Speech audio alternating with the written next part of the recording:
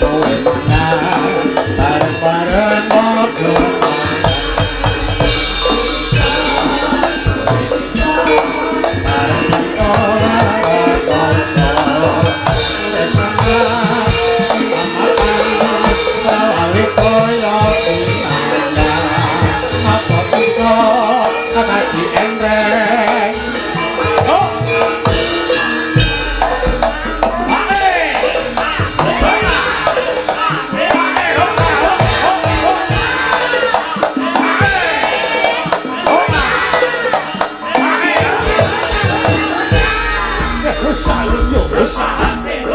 Yo, yo, yo, alo, alo, sing.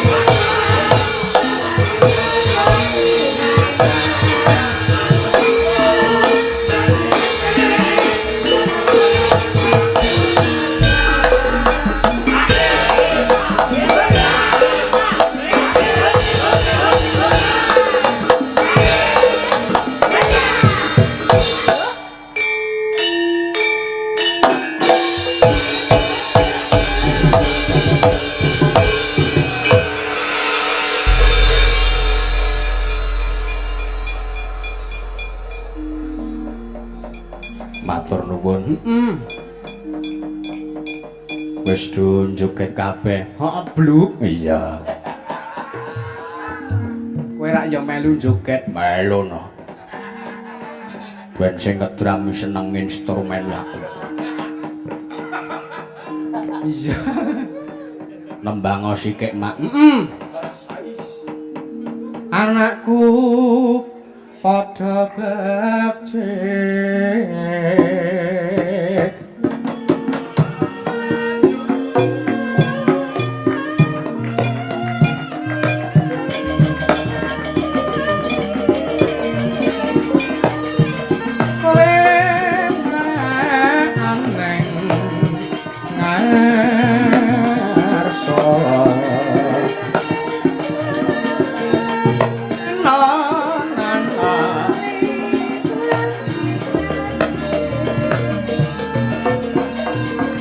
kowe mrene karo kanca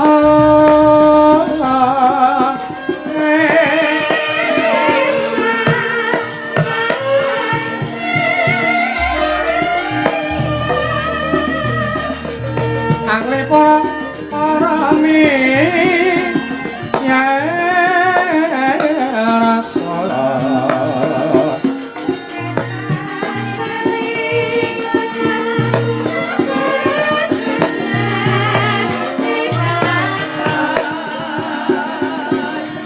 para miara sabu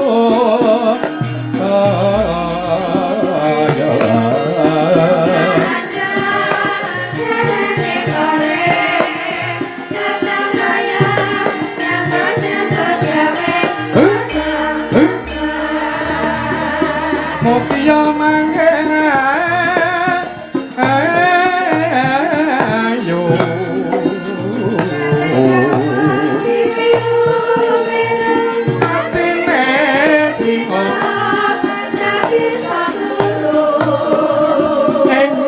para wong madya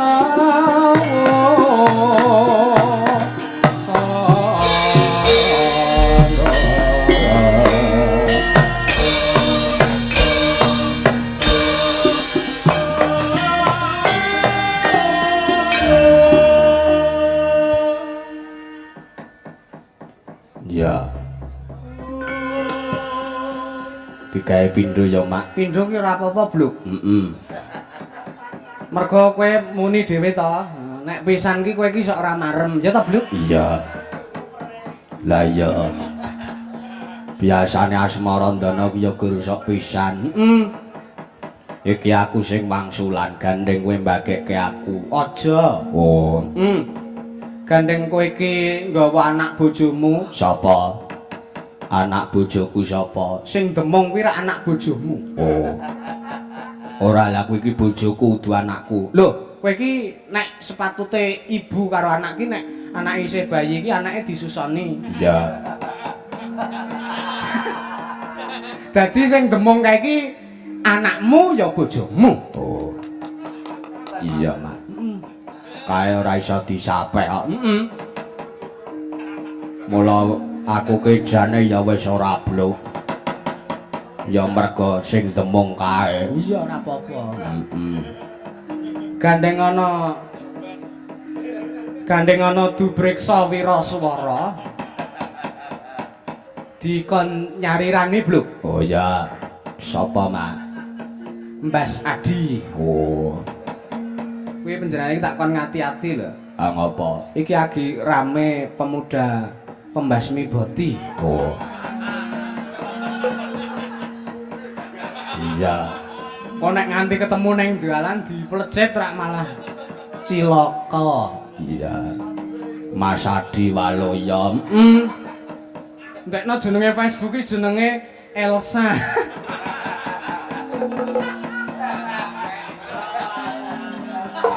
Kowe iki aja gawe perkara sing ora-ora to.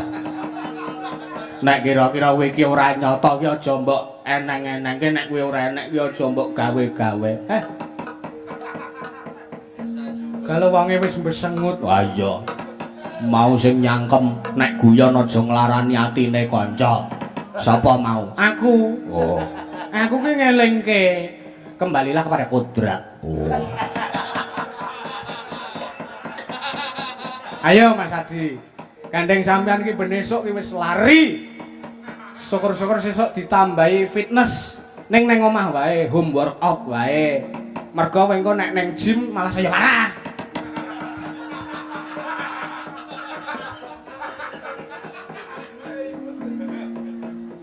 Iya. Wes bejane awak mami. Ya. Wes bejane awak mami.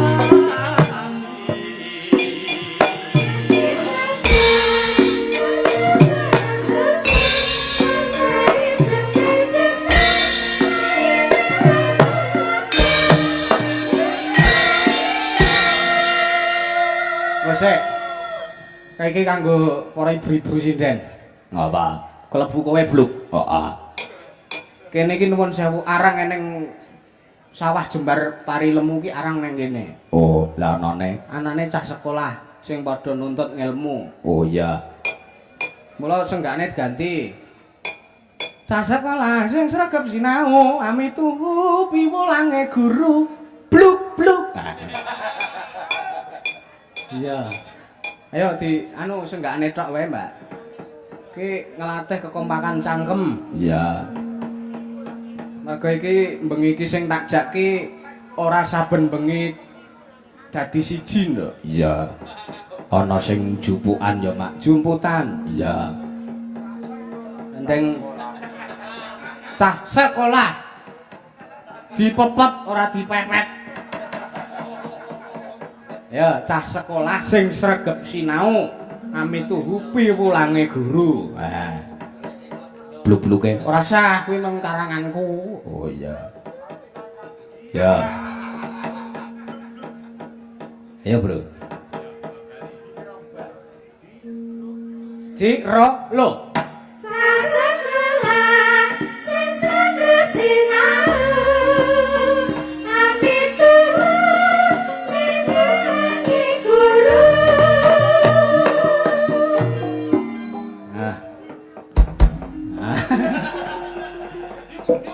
Matur nuwun Mas Jongjong. Iya. Mas Jongjong ki sing mayang mawawan, Mak. Iya. Kowe arang-arang panjenengane ngasta awan ki ya makili awake dhewe. Iya. Biasane ngasta wayang campursari. Oh. Monggo Pak Bu. Sing ngersake niki rak cerak mriki ngenjing enten sing hajatan to. Nah, nanggap wayang campursari mawon. Niku regane murah. Regane murah. Wis murah isih iso dinyang. Nek wis dinyang isih iso dinyang meneh. Murah, regane murah. Wayang campursari. Gayenge ya ora kalah gayeng karo wayang purwa. Ning nggih niku le wayang ngawur, nggih.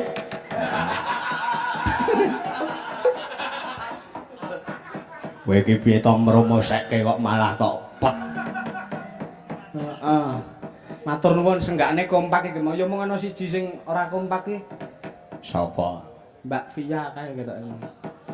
Heeh, ketok kok. Ketok orang cangkeme gede dhewe kok ae. Iya, Wah, lah kake le wayangan ning kene kae nek kocap nesu lambene mecucu iso tekan Bandungan kono lambene. iya. Ayo Mas Adi diteruske, Mas. Tantulus manges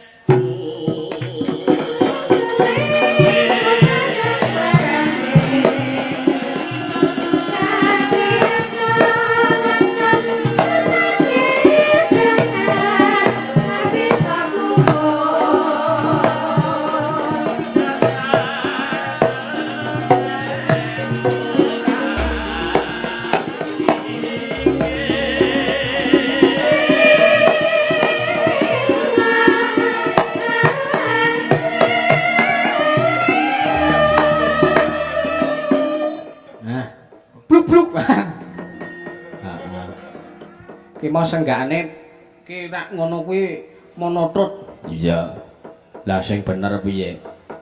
Blarak sempal sampirke pundak wis mompal ora sida penak gur lara ning awak. Ngono kuwi. Oh iya. Siksatur kuwi wis suwe ora mompal-mompal beliau. Iya. Mau wis omong aku, ngejak aku sesuk bengi rak ning Bandungan, ngejak aku latihan vokal jare. Kowe ya sago. Aku saguh tak jak ning aku ora arep nggawa HP, ora arep nggawa tas. Lah ngopo? Angko lupute Mas sing kon bayari aku Iya. Ayo Mas Joko Waloyo. Ya. Ojo gawe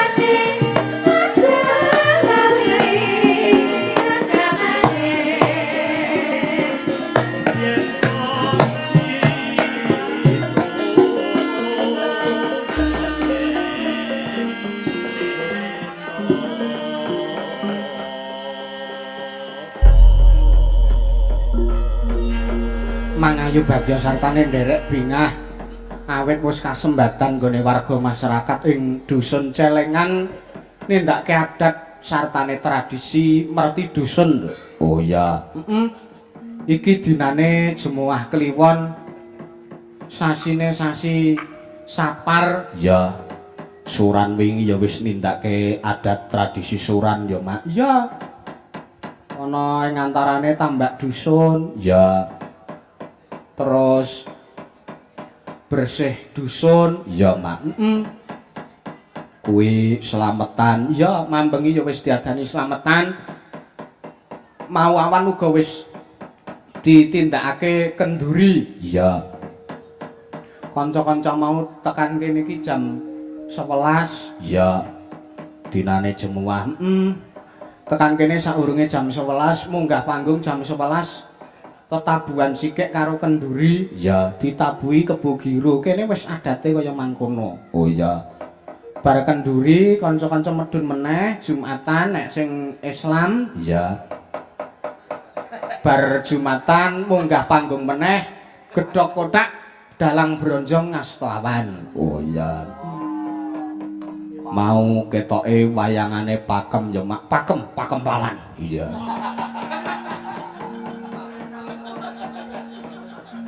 Apik tenan mau apik, Nduk. Le mayang nganggo kacamata ireng, Mang. Iya. Matur nuwun, kek iki bengi iki disambung awake dhewe sing kudu nglimbuk cangik. Iya. Karo kanca-kanca ya mak. Ya, sing ngendang mawawan kon nyekel bonang. Iya. Sing ngempul mawawan kon koordinasi karo panitia. Iya.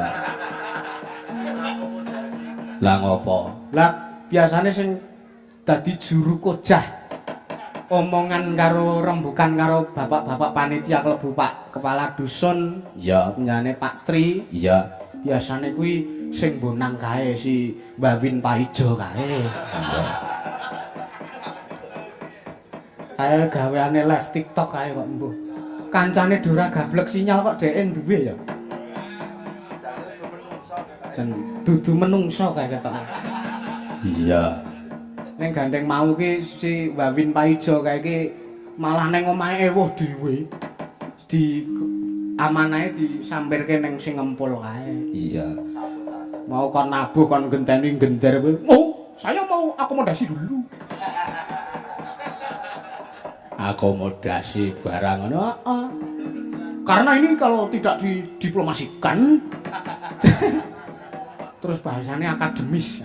Iya. Kanca-kanca wis tak omongin lho. Iya. Kosek Mas, aku tak matur sik, Mas.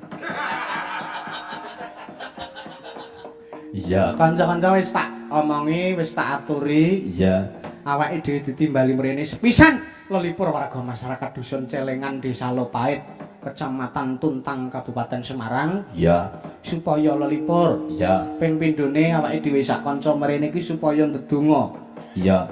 Ya arep laire iki ketoke nabuh, aku barang ketoke jagjek jejak keprak mayang ki ning jero atiku lan atine para kanca-kanca lenang lan wedok para sinden iki tak suwuni ayo ndonga ndongake warga masyarakat Celengan sak pungkure iki murih bisa nuwuhake katentreman kabegjan sak pungkure wiwit bengi iki nganti selawase. Allahumma amin. Iya, Mak. Dongane kanggo warga masyarakat apa saka kowe pribadi? Dongaku sedaya memala saketo sira entek ketamplek cemplung keduk kendhake dari kali bengawan keseser urang bersilang musna kecocok coco tunggal ayu donala tulak sawan balya nyanggalan. Amin. Warga masyarakat tansah mangke ayem-ayem tata titi tentrem gemah ripah jinawi ora ana alangan swiji apa nirbaya nirwikara Allahumma. Amin. Ana salah sawijine saperangan warga masyarakat ingkang nandang raga, nandang sakit, nandang gerah, nandang lara bar ditanggapke wayangan dalange awan, dalang bronjong, dalange wengi, dalang Pak Usop Ansor. Sak pungkure iki sateruse warga masyarakat tansah diparingi sehat Allahumma. Amin. Wong lara tambane gampang, paribasan ditampel incet mampet brudul ngopet kingsep. Sawuri sarem lerem tuncepi lomba abang ilat. Demit ora ndulit setan ora doyan. Amin. Sedaya mong kari nemu tentreme nemu ayeme. Allahumma amin. Kowe ora nyandak ora usah nirokke aku. Oh iya. Suarane to. Suaramu ki karaktere ngebluk. Heeh. Ngebas. Ngebluk nek kowe iki ngebluk. Oh iya. Ndongake kanggo para punggawa. Ya. Panjenengane Pak Kepala Dusun Celengan, Pak Trinur. Ya. Sak jajarane RT RW. Ya. Muga-muga tansah amanah nggone ngemban kewajiban ngresnani masyarakat lahir lan batine Allahumma Amin. ora keri kanggo panjenengane Bapak Kepala Desa Lopait saha perangkate tansah amanah nggone mengku kebawat perintah Desa Lopait, Nduk. Amin. Iki anu napa Pak Lurah sampun purna taun menika menapa taksih taun ngajeng? Kok ora ana wong pangsulan? Oh, taksih taun ngajeng nggih. Oh, nggih. Mugi-mugi sedaya tansah rukun. Sapa wae sing dadi pilihane waton kuwi mempunyai pandangan dan visi misi mensejahterakan rakyat kabeh ora ana klerune, Nduk. Oh ya. Nggo pelajaran kuwi pengrebabku mbiyen taun nyalon lurah. Iya. Ning gandeng Gunung Kidul kuwi ngugemi gugon Tuhan para sesepuh, pinisepuh lan pepunden nek Gunung Kidul kuwi miturut wangsit. Iya. Lurah taun iki misale kuwi sing dadi kuwi mung lurah calon lurah sing jenenge eneng ere. Iya. Gandeng pengrebabku kuwi ora ana ere nggon jenenge, mula ora dadi mongko wis modal 57 yuta. Rak sirahe butak mikir kuliyane. Ngono. Iya. Nek kuwi ora rambute sing dogogrok ning dadi nuwun sewu, socone nek merem sisih nduk sing wis. Ora lah kuwi asmane sapa? Asmane ki Mas Han